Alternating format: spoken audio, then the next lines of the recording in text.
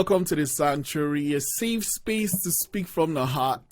I'm your host, Israel, and my guest is my friend, my brother, my schoolmate, super talented artist, producer, and the founder of the non-profit Voices of Africa Today. Is that the name? Yeah, that's the name. Yeah, correct. okay, I got it right. Yeah, thanks so much for coming to the Sanctuary today. Thank you so much for having me. It's a great pleasure, and I really, really appreciate being here. Oh man, let's start from SAE, man. That's where we met in Cape Town, South Africa. Exactly. How is Cape Town, man? Cape Town is beautiful, as always have been. You know how Cape Town is. It's always a vibe, a peaceful city. Always a vibe. Yeah. You know, whenever I think of Cape Town and SAE, I remember we shot the video for, what's his name? We shot the video for this guy in Long Street. Yeah. He was kind of showing what a weekend is like in Cape Town. Cape Town, oh yeah. That video was crazy. Yeah, man. it was. Yeah. But Corona. How is Long Street anyway? But yeah, I was gonna just mention that, you know, the coronavirus, you know, due to the whole pandemic situation, Long Street is kind of quiet now because there's a curfew. You know, clubs and restaurants must, you know, close by midnight. So yeah, that has really killed the night vibes. But you know, in the day, it's still filled with tourists and that kind of vibe.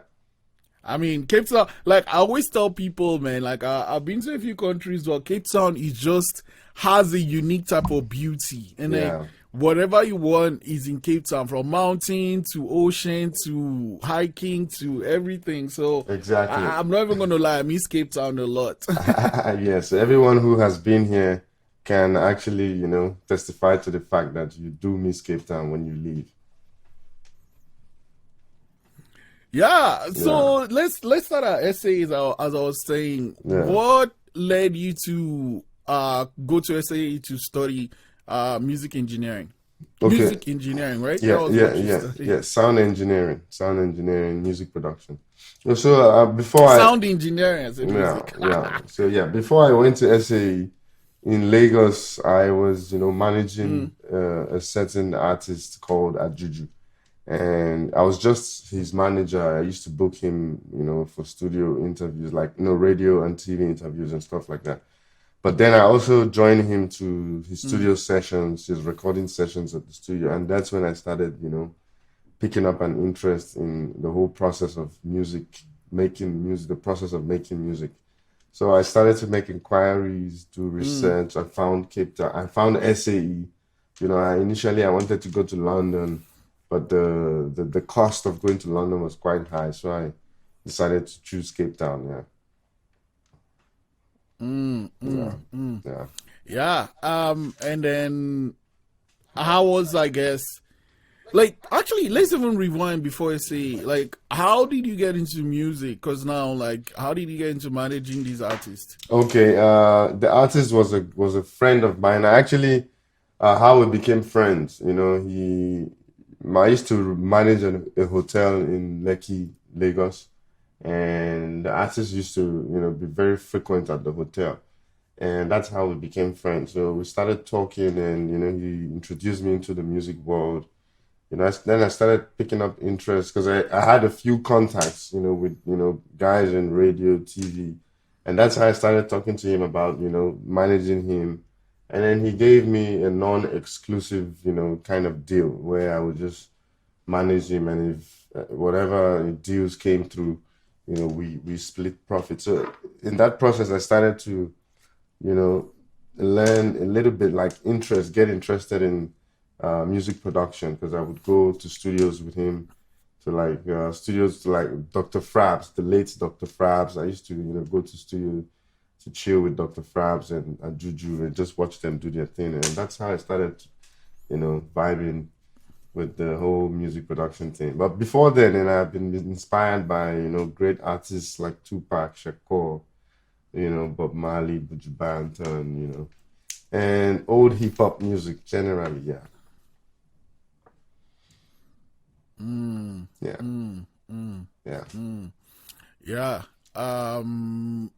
And then moving to SAE, how was that changed for you living in Cape Town, and how was it studying in SAE? It was great. It was a wonderful experience. Like, when I initially came to Cape Town, it was just after my bachelor's degree program, at the University of Lagos, Nigeria. And after my bachelor's degree, I just, got really bored after working a couple of years in human resources management. I wasn't feeling it. So I decided to go to Cape Town for a short course, 3 months short course in music production. So by the time I got here, I was very enthusiastic at the time, a young guy, trying to live his dreams. And, the director of the school, SAE Cape Town, picked that up. He saw that I was really, eager to learn, and he offered me a scholarship, to do like the full-time diploma in sound engineering. That was like a year and a couple of months, program, full-time scholar. He offered me. Wow, I didn't know that actually. Yeah. You guys probably didn't know, yeah. But he offered me, the scholarship to pay the academic aspect of the whole thing. But then I had to take care of like the accommodation and my cost of living. Yeah. I mean, you guys are all in that. What was that company with that company that owns all the hostels in Cape Town? Oh yeah. It was what's the name of that place? I can't remember.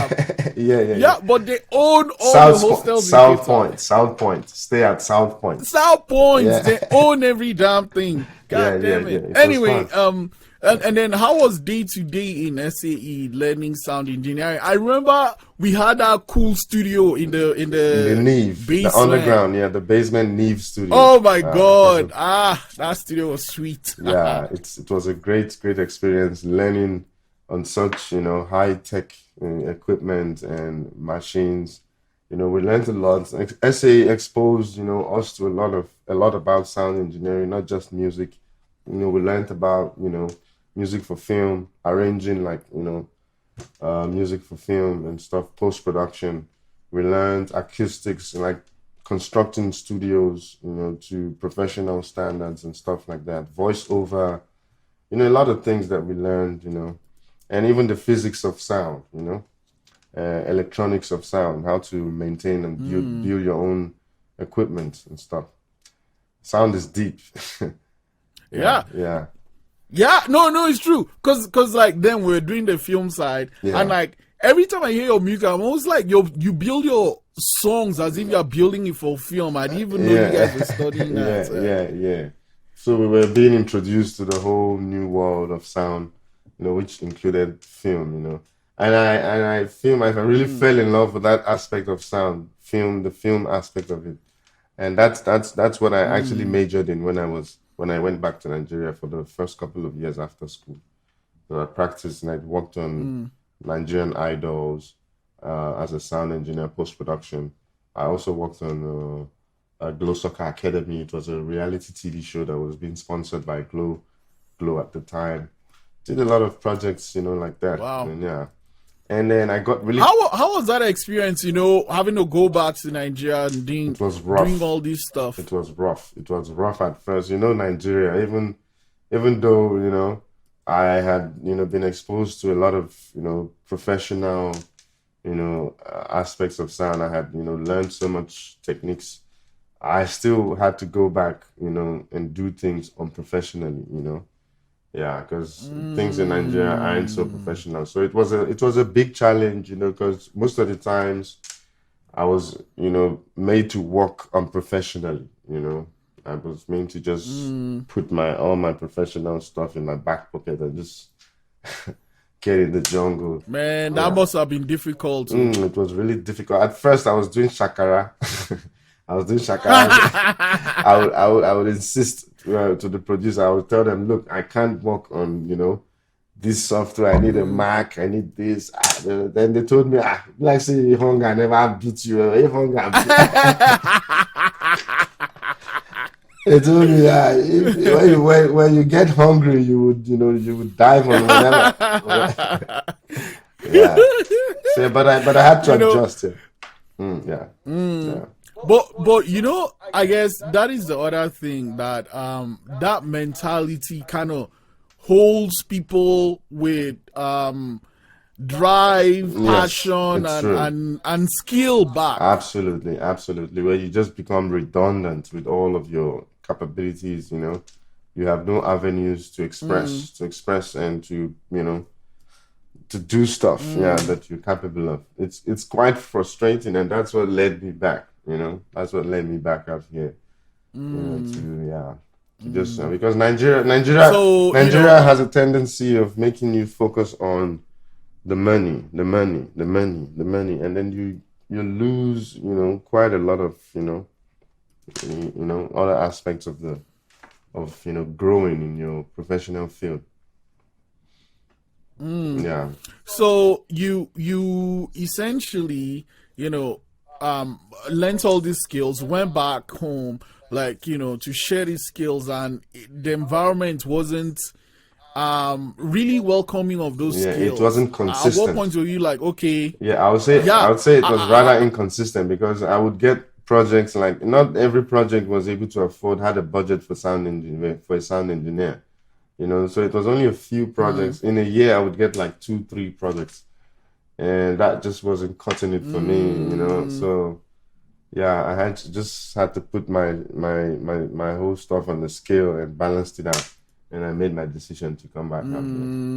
Yeah. mm, I see exactly what you mean. So then, what was I guess like the final thing that made you say, okay, I need to move back to Cape Town to actually practice my craft? Okay. I had a lot of I had some friends out here who you know I met while we were studying, and Mm, they kind of encouraged me to come back out here, you know, and you know try to focus on what I really wanted to do, as opposed to just you know making money, like you know just getting money and just getting by.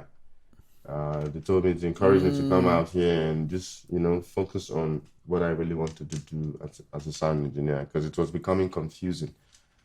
Whether I wanted to be a film like audio post guy or you know do you want to do music, you know, so I had to like you know really check things out, and that's when I started. When I came back was when I really started to, you know, do music.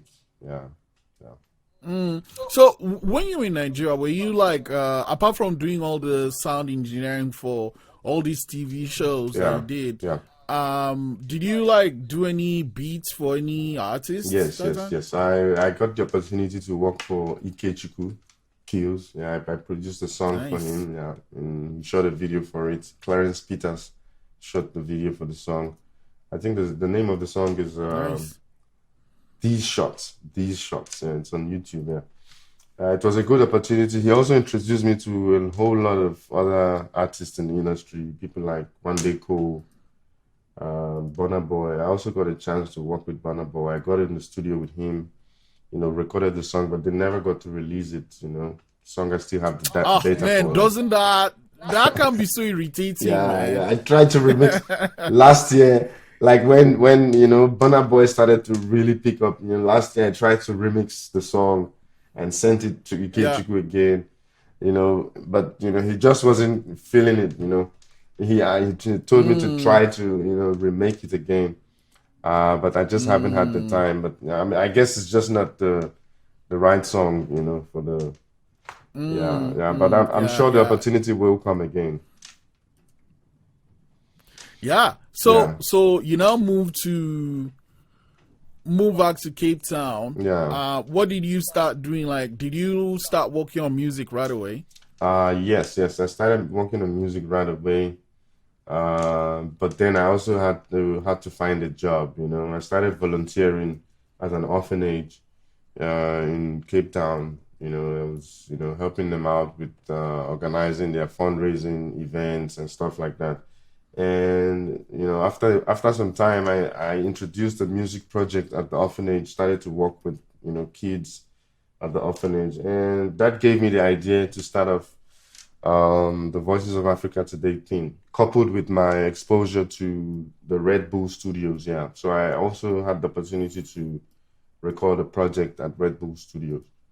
So from there, meeting Yeah, all the let's talk about that Red Bull Studios yeah. thing for a bit. Yeah. How did that happen? Oh, the opportunity I found on the internet. I think a radio presenter actually presented that opportunity to me. And he just sent me, details for a guy who worked at Red Bull Studios. He told me that they were also a non-profit organization supporting local artists, and they were giving out free studio sessions and stuff. So I, took the chance. There, I also attended the workshop where I met other, Cape Town artists who I started to vibe with. That's where I met Can Grizzly, for the first time, and we started, vibing. Yeah. Yeah. It was quite challenging coming out here at first. Yeah, very challenging coming out here at first because no job, nothing to really do. It was really faith that got me through that period.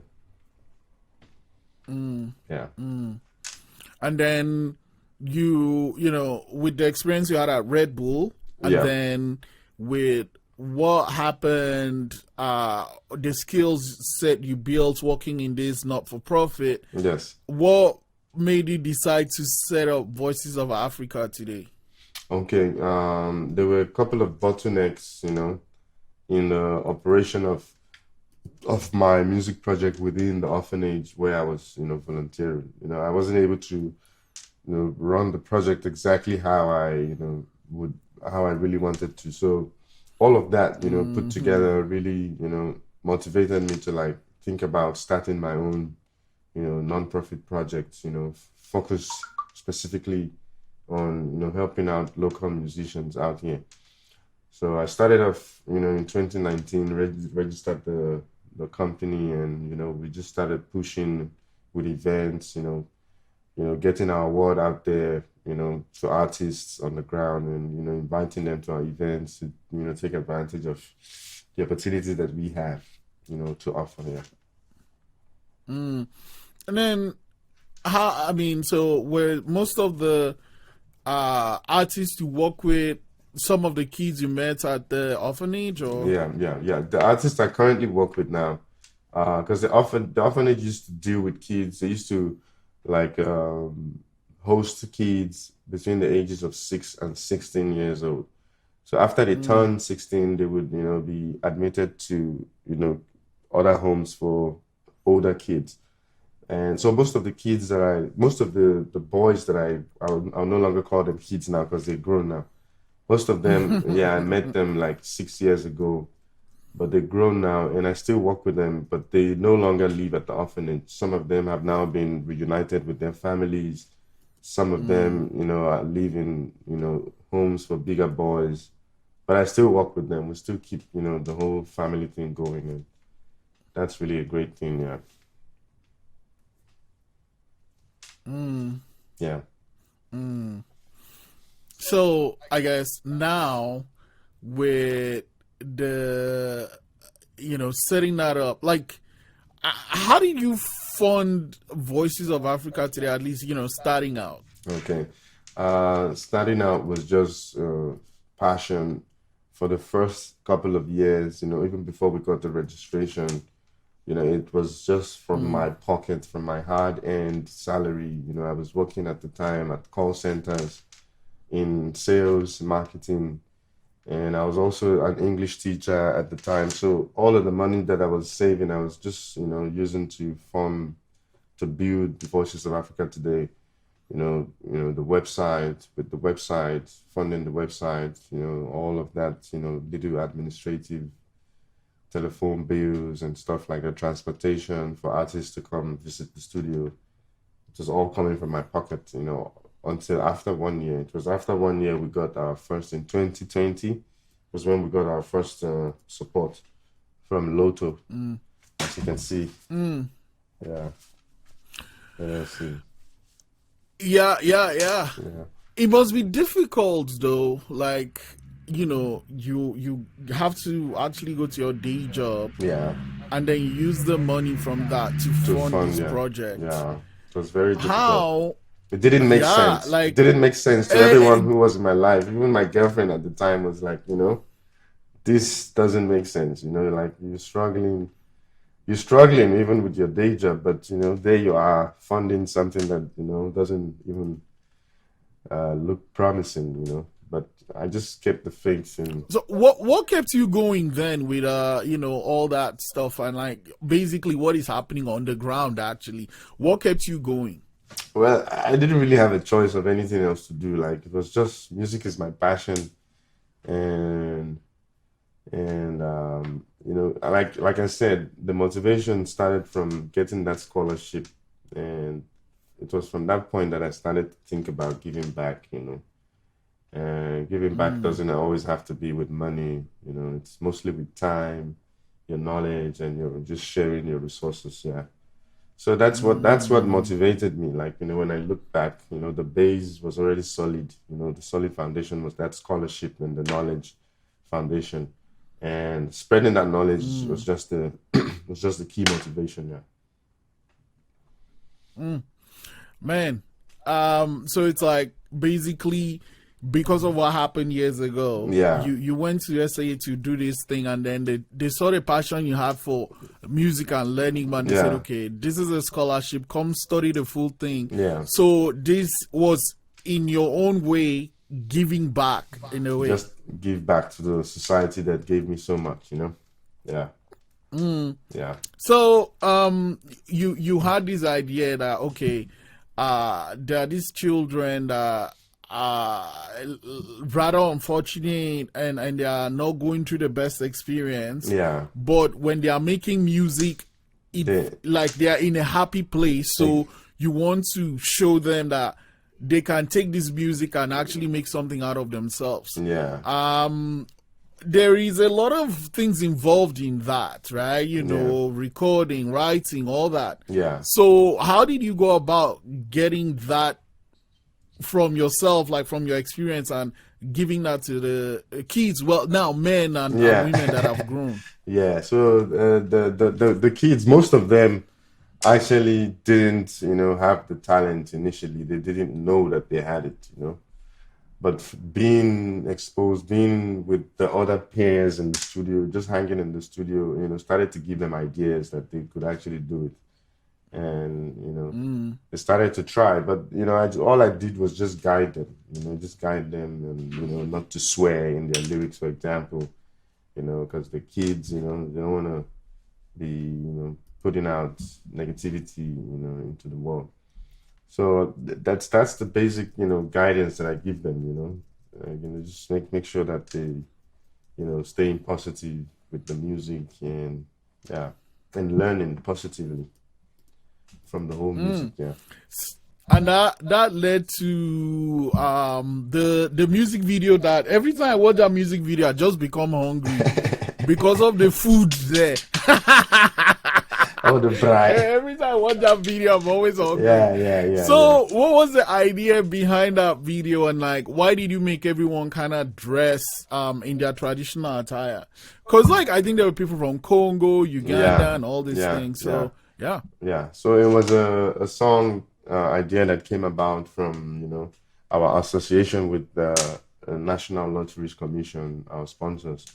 Part of the promise initially was to do a song to, like, you know, like a, you know, thank you song, and the message would be unity amongst Africans and of course the rest of the world. So you know, I started to work on the song like in November, I think August last year, 2020.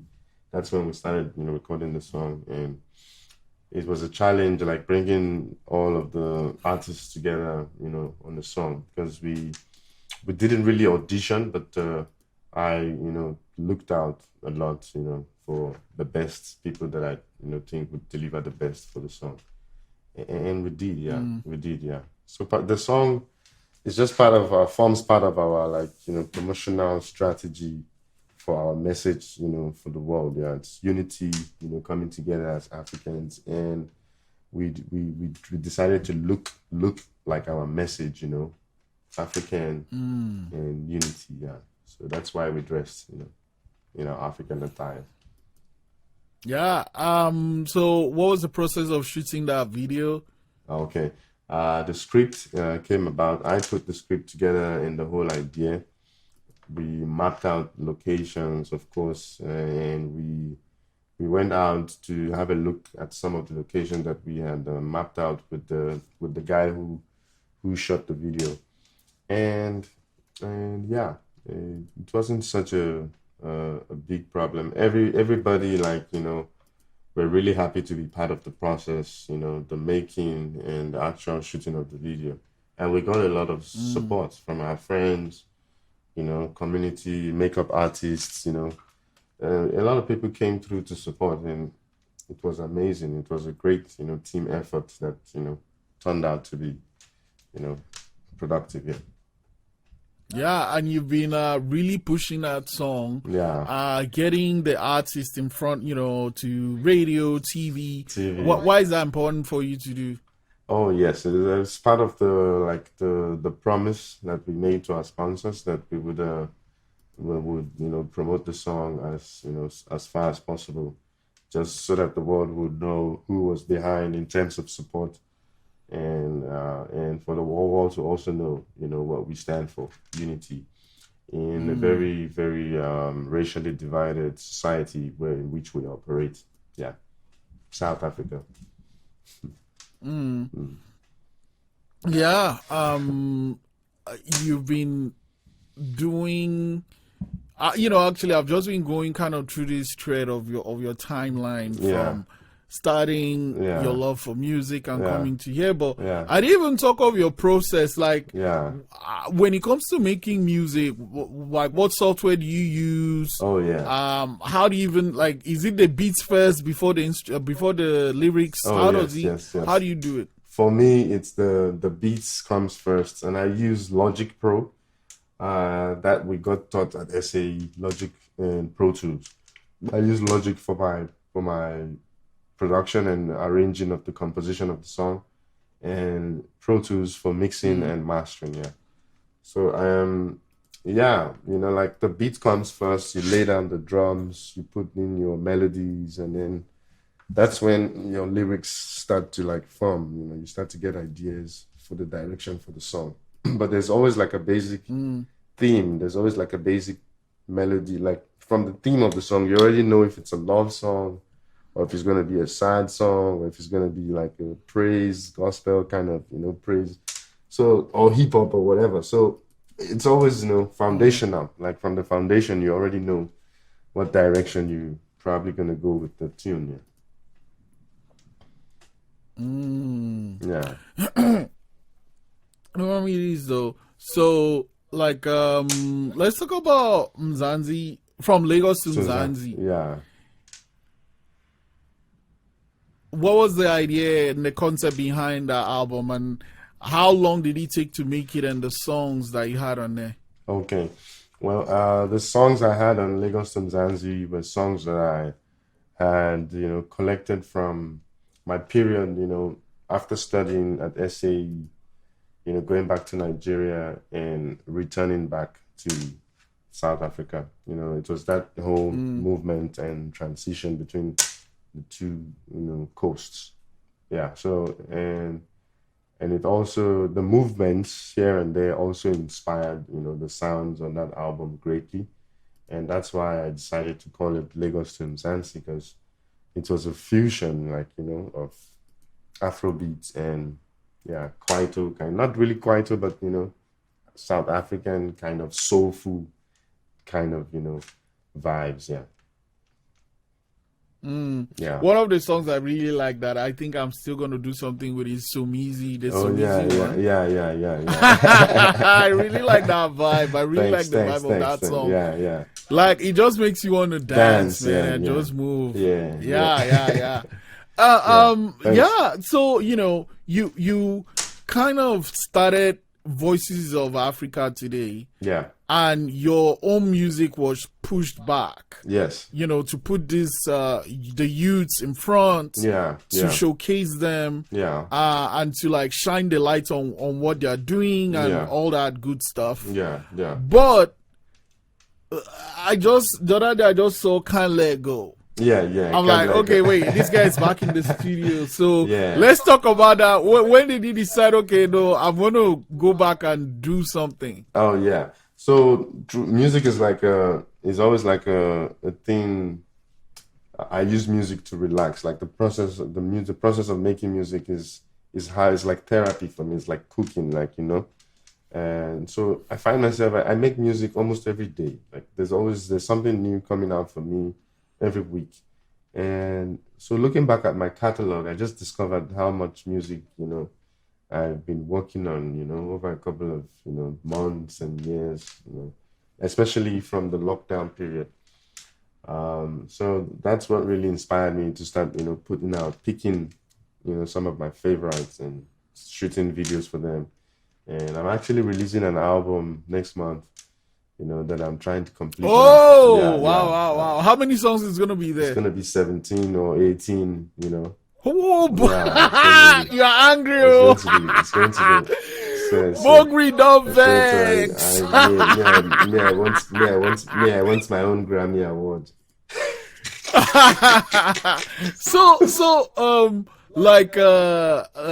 Let's talk about the first one you dropped just a couple of weeks ago. Yeah. We Can't Let Go. Yeah. What was the concept behind that song? And why did you decide to choose Can Grizzly to flow on the song? Okay. Well, Can Grizzly, I've been working with a lot of, you know, male artists, and I've always wanted to work with a female artist as well. But I just never, you know, I've never really had the opportunity to meet with anyone that vibes quite well with me. Can Grizzly, I met her a couple of years ago, but she has a day job, you know, and I also, you know, get busy in the day. So our times have been clashing. But the coronavirus, like I said, you know, has been a blessing in disguise, giving everybody the opportunity to, like, giving people more time to like do some extra things. And so that's how we finally got the opportunity to record the song. And it turned out quite well, you know.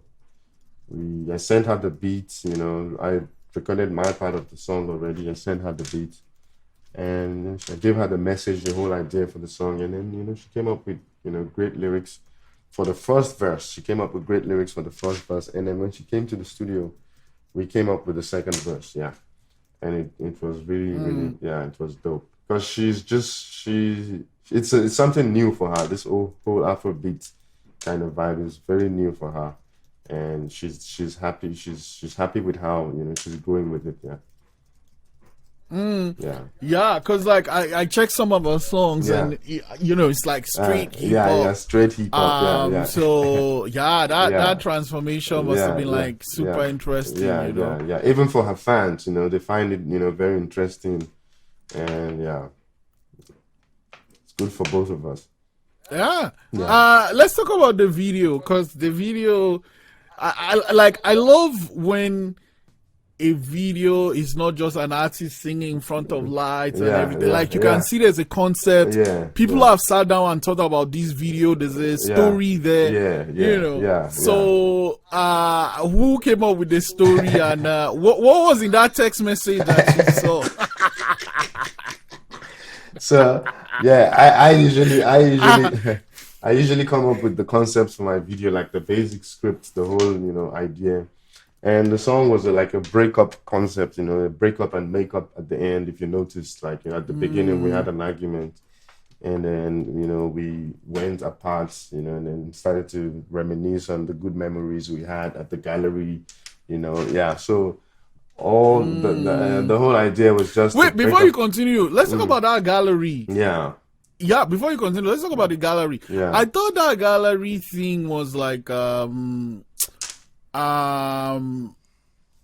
I thought it before it was a museum, but then, okay, you know, figured it was a gallery. How did you lock that place down? Because you didn't just walk through it, you actually performed inside it with smokes and stuff. So how did you pull that one off? We had the booking, you know, we booked the studio like a month before the shoot.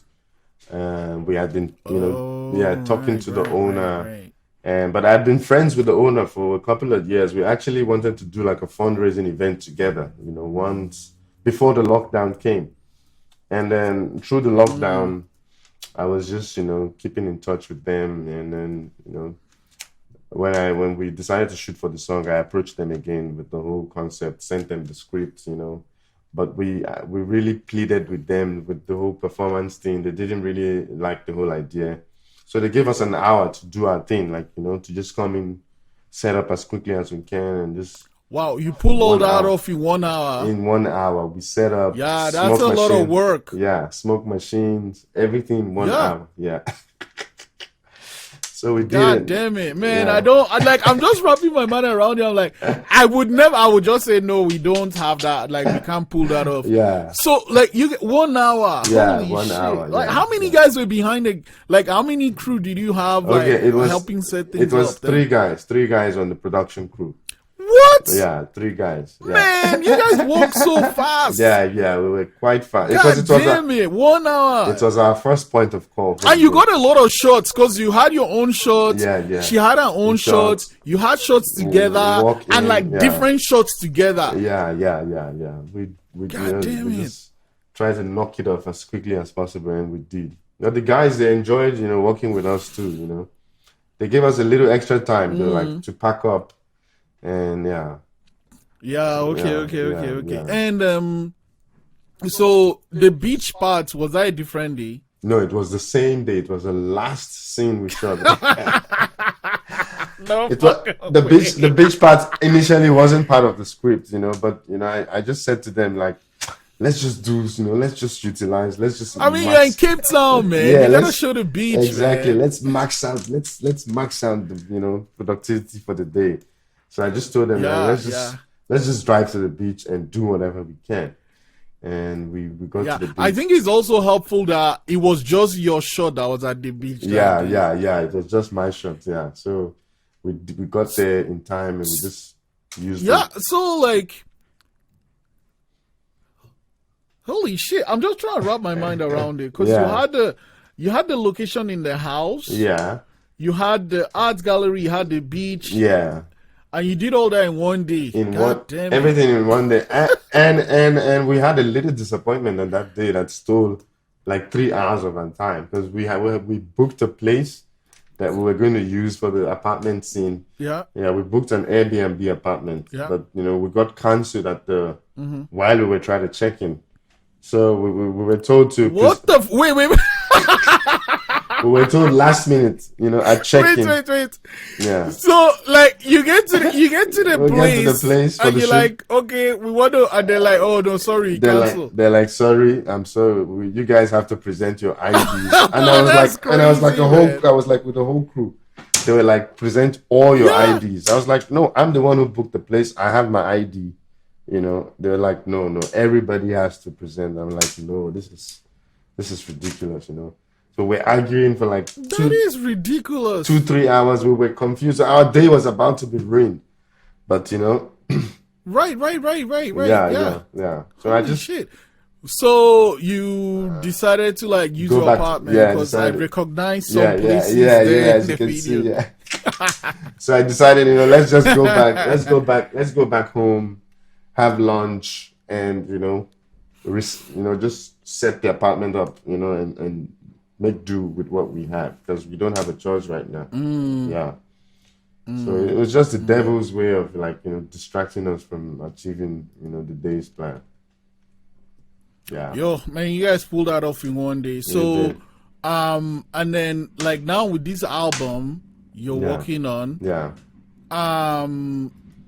like, would you say the songs are done or? Yeah, the songs are done. I'm just what I'm doing now is just mastering. Yeah, I'm just mastering all of the songs and making sure that, because I worked on the songs on different machines, on different versions of Logic, so they kind of sound a bit, different. So I'm trying to match all of the sounds and making sure that, when the listener is playing through the album, they get like a different, a same level of, energy and vibe. Yeah.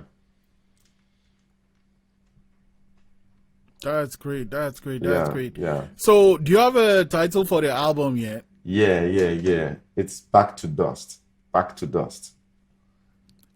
Wow. Yeah. Why that title? Well, like, like as humans, like whatever we do, we come out here in the world, we make our contributions, and where do we go back to? Yeah, we're just out Mm. here making our contributions, and after everything, we all just go back to dust. Yeah, that's why I Yeah, titled. Yeah, yeah, yeah, yeah, yeah, yeah. yeah, Wow. yeah, Wow. yeah, That is profound. yeah. Thanks. Do you have any artists you'll be featuring on the album? Yes, a whole lot of, I have a whole gang of artists on the album. Can Grizzly is one of them. I have like a couple of rappers, underground, like the guys I work with on Voices of Africa today. Some of the guys from the orphanage who we've been working for years, they're featuring on the album. It's going to be a great album. It's going to be a great album. It marks like a great development in my musical journey. It's a great statement, for me at this point as a music producer, songwriter, artist. All of my skills I'm, displaying on this very album. Yeah, yeah, So let's talk about now. You kind of touched it a little bit earlier on when you said how COVID changed some things. yeah. What were some things you had planned that COVID changed, and how did you adapt when COVID came? Okay, actually, before COVID, I was actually planning to go out to like China, Japan to teach English because I'm an online English teacher.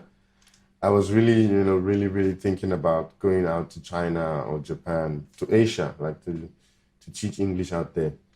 But, with the whole COVID-19, I lost my job and everything.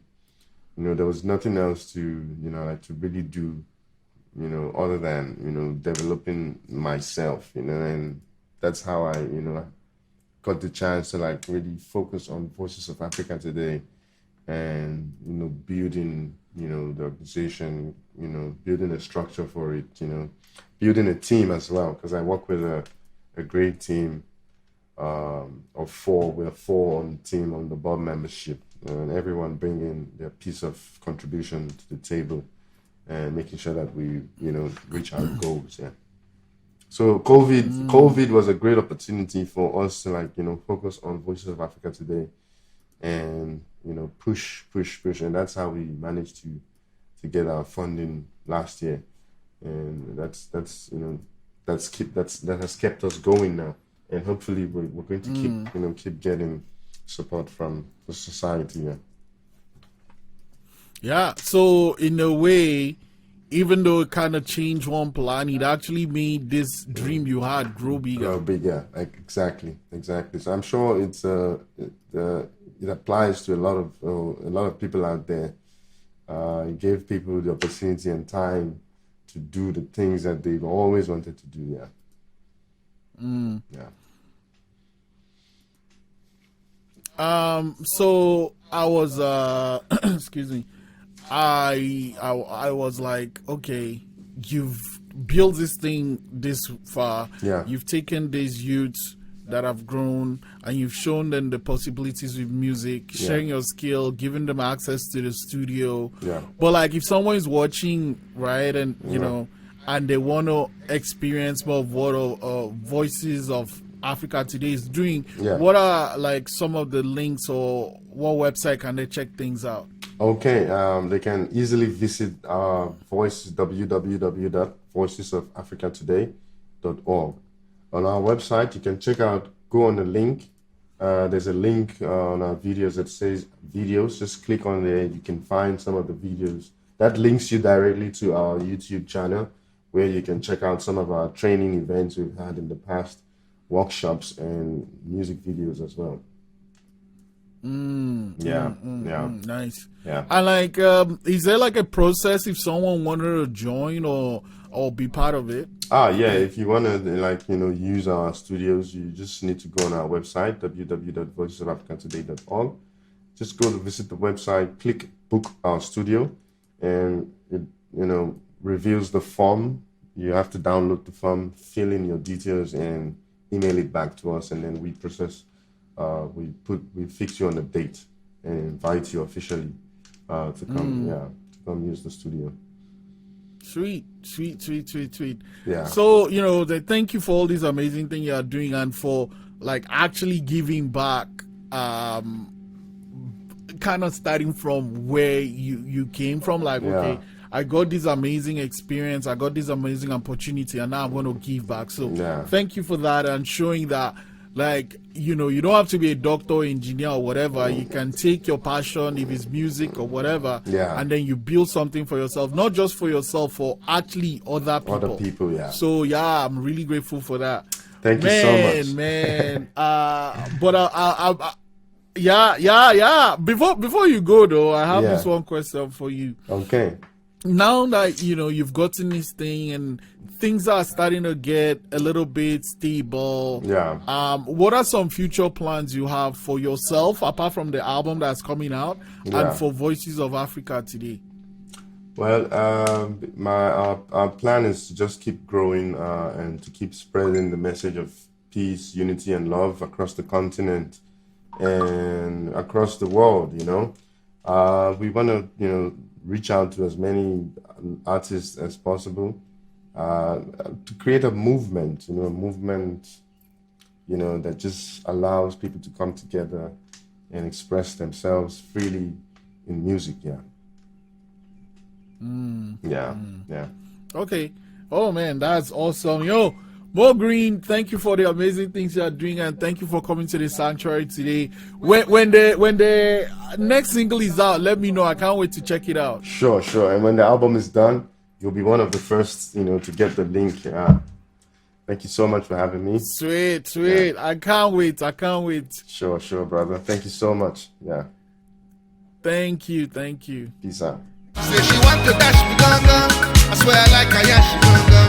The way she roll her back, gun. I swear the girl affect me gun. The girl in the dance like so easy. Hey. When she is not in this place, I am